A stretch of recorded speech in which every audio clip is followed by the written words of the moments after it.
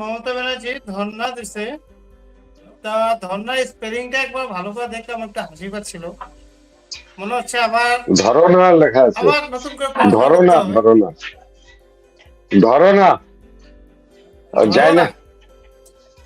ধরনা ধরনা করা আছে। ধরনা কি ধরনা না? বুঝলাম না, ধর্ণা জায়গা ধরনা লিখছে কেন? এই ব্যাপারটা আমি বুঝলাম না। আর ব্যাপার কিছুই এটা না, কি আবার ধরনা পড়াশোনা এদের। মনে নতুন করে করতে হবে নাকি? এরা আবার কয় যে আমরা বাংলা বাঙালি জয় বাংলা। এদেরকে পুরাপুরি জয় বাংলা করে দেওয়া উচিত, মানে গাড়ে লাত দিয়ে বাংলাদেশে ঢুকায় দেওয়া উচিত। জয় বাংলাই করে দেওয়া একদম। জয় বাংলা করে না, একদম এমন গাড়ে লাত মারো একবারে যেন কাটা তারের ওই করে যায় পরে। একবারে জয় বাংলা করে দাও। এবার হচ্ছে ধর্ণা মঞ্চ। ধর্ণা মঞ্চ কিসের ধর্ণা মঞ্চ? এটা এক ধর্ণা মঞ্চ দিয়ে পাওয়ারে আসছে, আরেক ধর্ণা মঞ্চ দিয়ে পাওয়ার থেকে যাবে।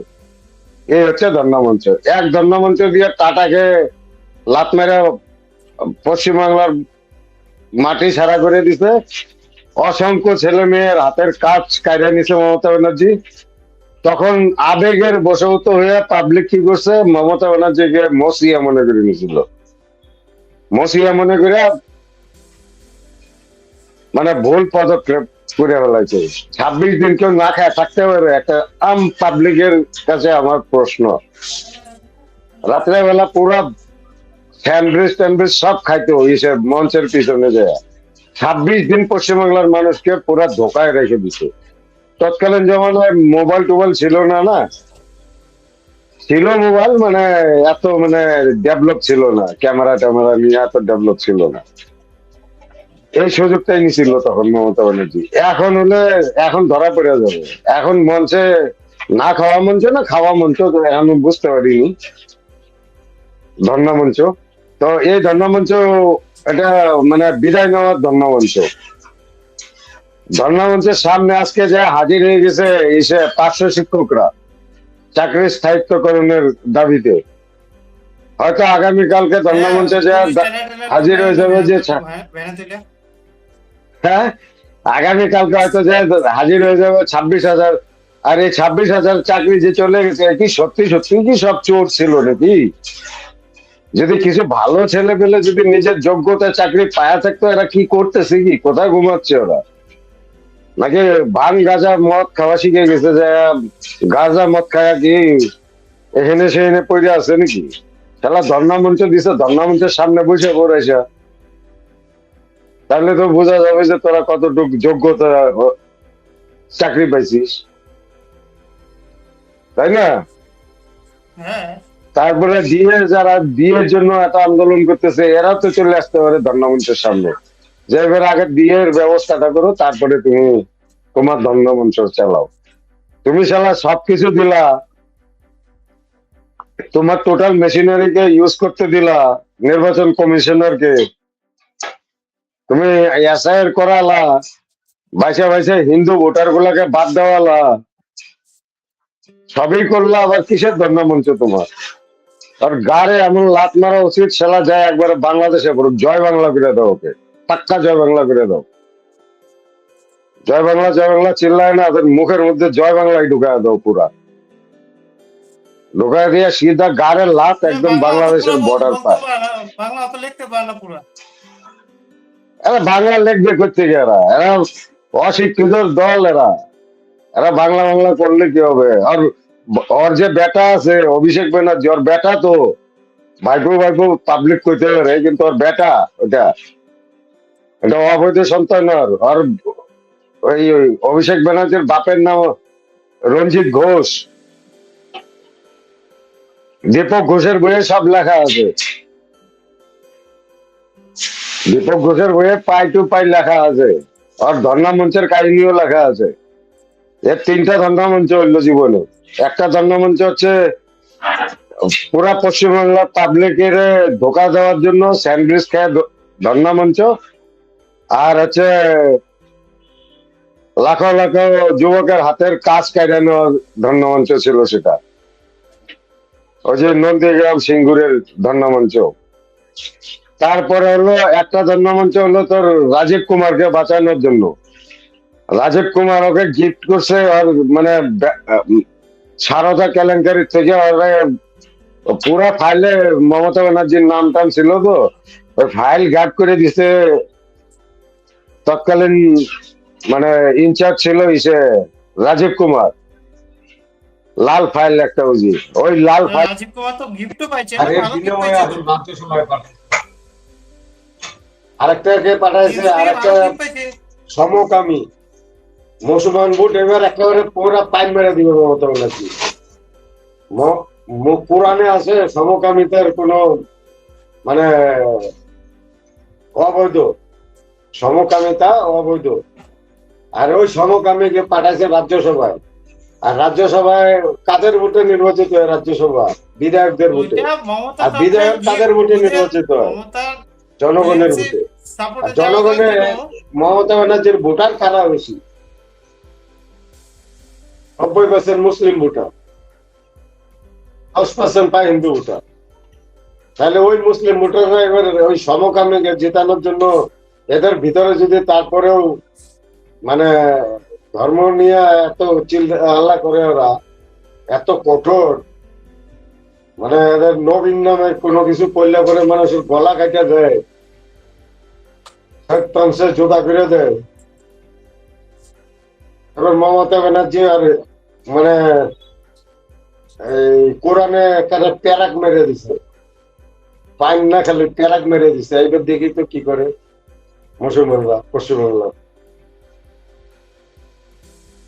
তারপরে হচ্ছে এই যে ধর্ণা মঞ্চটা একটা সম্পূর্ণ নাটক একটা, এই ধর্ণা মঞ্চ আর বিদায়ের ধর্ণা মঞ্চ। কালকের থেকে দেখ কি শুরু হবে। আমার তো মনে হয় যদি পশ্চিমবাংলার জনগণ যদি রাজনৈতিক সচেতন হয়, তাহলে কালকের থেকে একটার পর একটা আর ধর্ণা মঞ্চের সামনে আরেকটা ধর্ণা শুরু হবে। একটা হচ্ছে শিক্ষকদের, একটা প্রাইমারি শিক্ষকদের, আর একটা ধর্ণা শুরু হবে ডিএ। একটার পর একটা ধর্ণা শুরু হবে, যার যে দাবি আছে সব দাবি নিয়ে হাজির হয়ে যাবে। দেখি মমতা কত কত ধানে কত চাল হয়, 1 মণ ধানে কত কেজি চাল হয়, তাহলে টের পেয়ে যাবে। আর হিন্দুদের আমি একটাই কব, সাবধান, মমতার হাত থেকে বাঁচতে হবে, সাবধান। এরপরে পশ্চিমবাংলা ছাড়তে রাজি নই, ওই জন্য ভোট বিজেপি দিয়ে দিতে হবে, তা নাহলে পুরা হালত খারাপ আছে আগামী দিনে পশ্চিমবাংলার হিন্দুদের। হ্যালো, হ্যাঁ, তারপর আমি একটা ভিডিও দেখাচ্ছি। আর কিছু বলার আছে? হ্যাঁ হ্যাঁ, এক সেকেন্ড দাঁড়াও, আমি একটা ভিডিও দেখাচ্ছি, এই নিয়ে কিছু কথা আছে তোমার সঙ্গে। হ্যাঁ?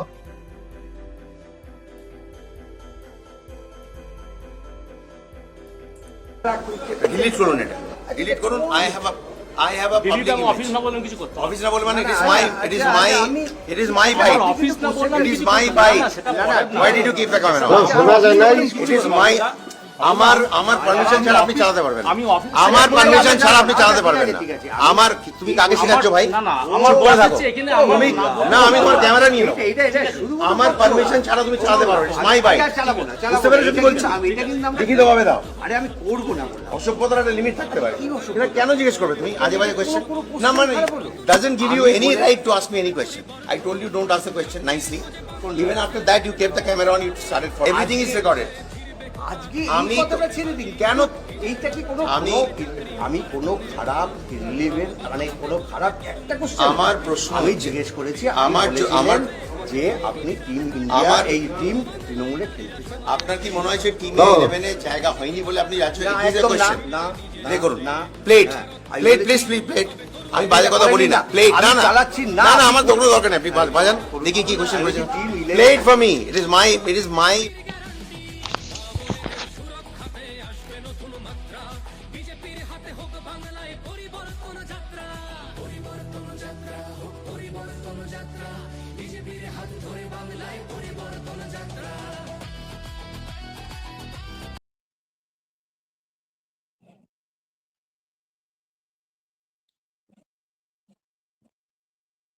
তো কি বলবো এটা এই ভিডিওটা নিয়ে?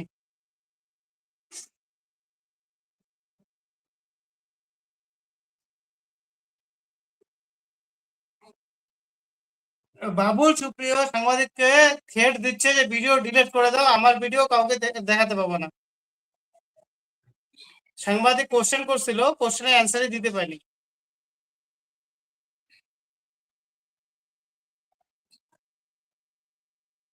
হ্যালো,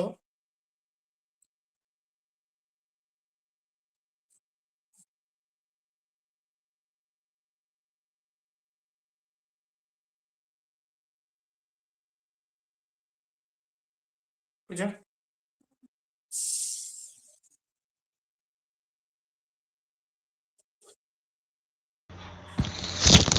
আমরা চেষ্টা করছি আরেকবার লাইনে নেওয়ার জন্য।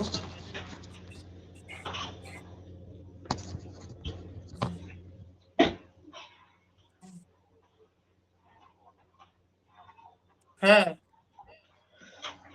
আগেরটা পুরা সাউন্ডই যায় নাই না? সাউন্ড না, গেছিল sound আগে যে কথা কইলাম? হ্যালো, পূজা, আমি বলছিলাম যে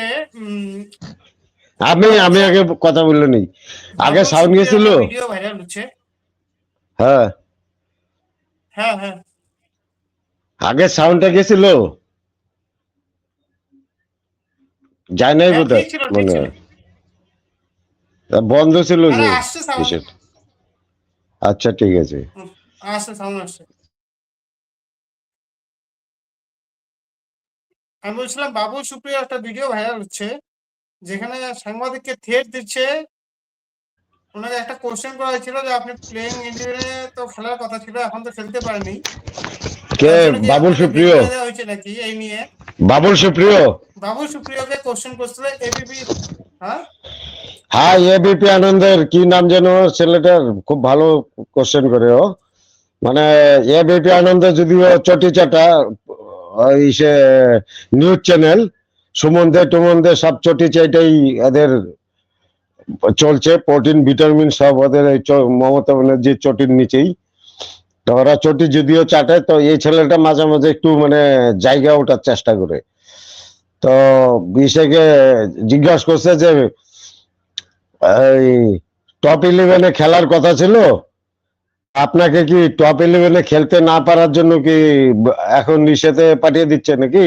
ওইভাবে জিজ্ঞাসা করে নেই, মানে জিজ্ঞাসা করার উদ্দেশ্যটা এটাই ছিল যে ওখানে চান্স না পেয়ে কি রাজ্যসভায় চলে যাচ্ছেন নাকি, এটাই জিজ্ঞাসা করার উদ্দেশ্য, এটাই ছিল। সেটা বুঝে গেছে ইসে হুম হুম। বাবুল সুপ্রিয়। তো ভাগ্যিস মানে সন্তুর মতো ছেলে যদি থাকতো ওই রিপাবলিক বাংলার সন্তু, তাহলে বলতো, জিজ্ঞাসা করতো যে কালের ঘাটের টালের চালায় ওই চোরেদের পাঠশালা, তো পাঠশালায় কিছু শিখলেন চুরি টুরি?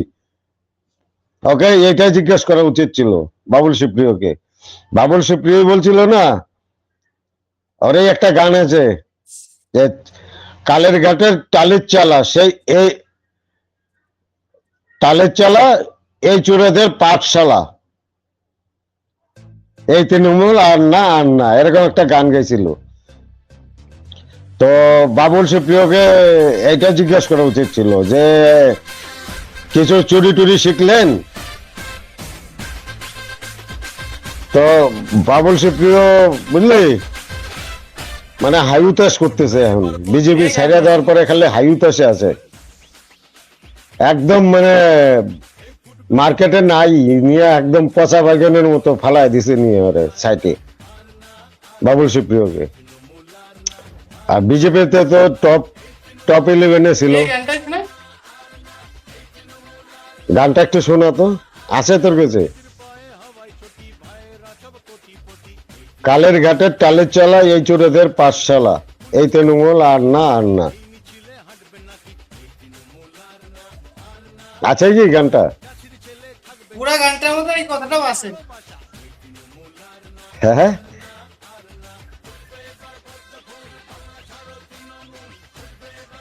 পুরা গানটা যখন চলবে তখন আসবে। আচ্ছা। তো স্যার সবাই শুনছে, পশ্চিমবাংলার লোক সবাই জানে। তো আর কি প্রশ্ন তোর? শুভেন্দু অধিকারীকে নিয়ে কোনো প্রশ্ন আছে? শুভেন্দু 2026-এ রাখবো না, আলাদা এপিসোড নিয়ে আসবো, ওইখানে রাখবো। 2026-এ ভবানীপুরে দাঁড়াচ্ছে। 2026-এ আমার যতটুকু এসে বুঝলি আইডিয়া, আমার যে আইডিয়া যে হ্যাঁ 2026-এ ভবানীপুরে দাঁড়াচ্ছে এসে শুভেন্দু অধিকারী। মমতার ওই জন্য কাঁপনি উঠে গেছে। যে ভোটের বেজে জিতে না, যে ভোটের দৌলতে জিতে, ওই ভোট কমসে কম 30% গেছে মায়ের ভোগে। আরেকটা কোশ্চেন 30% এর বেশি, হ্যাঁ, পালাইছে, বাড়িঘর ছাড়া ছাড়া পালাইছে প্রায় 30% ভোটার।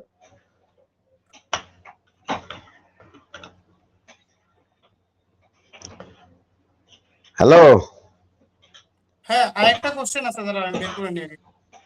হ্যাঁ, আর কি প্রশ্ন আছে?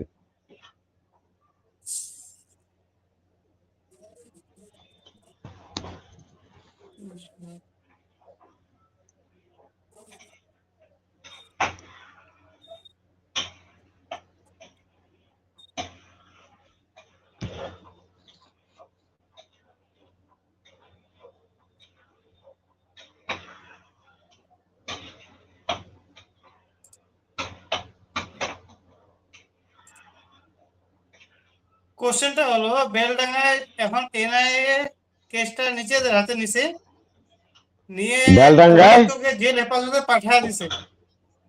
কাকে? বেলডাঙ্গার যে অশান্তি হয়েছিল, মানে মুর্শিদাবাদে যে একটা পরিযায়ী শ্রমিক মারা গেছিল, তার উপরে একটা হ্যাঁ অশান্তি হয়েছিল না, তো এখন হ্যাঁ, এনআইএ অশান্তি হয়েছিল সবটাকে বলতে সে ধরে চন্দন দাস আর কি দাস যেন, চন্দন দাস আর হরগোবিন্দ দাস। না না চন্দন আর দাস না, বেলডাঙ্গায় যে একজন মারা গেছিল না, পরিযায়ী শ্রমিক, আচ্ছা, ওই যে এর উপরে পরিযায়ী যে পুরো শ্রমিক, হ্যাঁ হ্যাঁ মারধর বল। হলো, হ্যাঁ হ্যাঁ, ওই পরিযায়ী শ্রমিককে নিয়ে কেন্দ্র ওইটার উপরে করে যে এনআইএ তদন্ত করে এখন এনআইএ মানে জেল হেফাজতে কয়েকজনকে পাঠায় দিছে, কয়জনকে পাঠালো? 7 জন, 7 জন অভিযুক্ত, এবার 13 মাস জেল হেফাজত। এখন মুসলমানরা বুঝুক, ঠিক আছে, এখন মুসলমানরা বুঝুক যে কোন পার্টিকে ওরা ক্ষমতায় রাখছে। আজকে জেলে গেলে মুসলমান বেশি, জেলে মুসলমানের ভিড়, লকাবে মুসলমানের আজকে ভিড়। আবার ওদেরকে কোর্টে উঠাইছিল, আজকে এবার মানে 7 জনকে জেল হেফাজতে 13 মাস অব্দি পাঠানোর নির্দেশ দিয়েছে।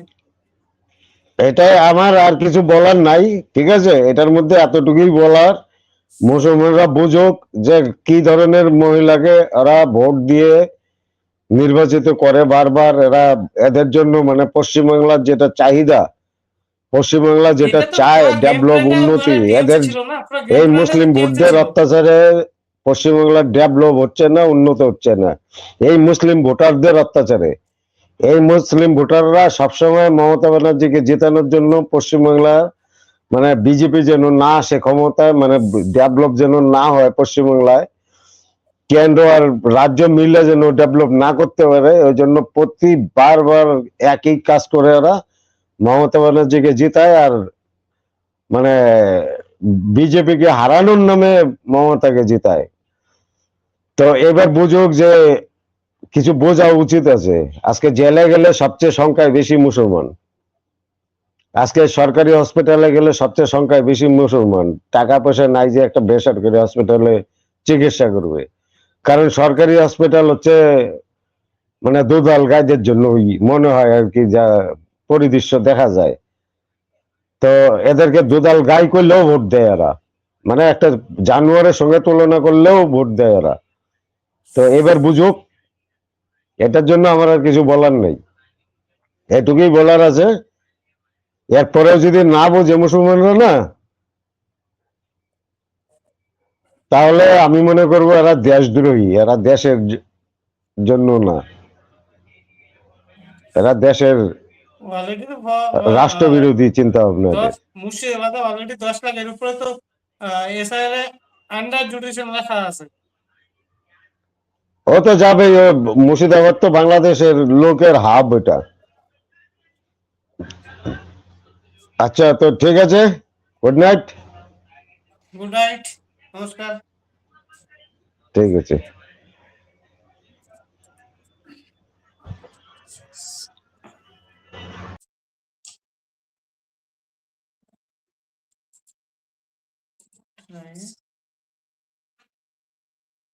কি হলো সব কাটতে কুটে গেল না কি ব্যাপার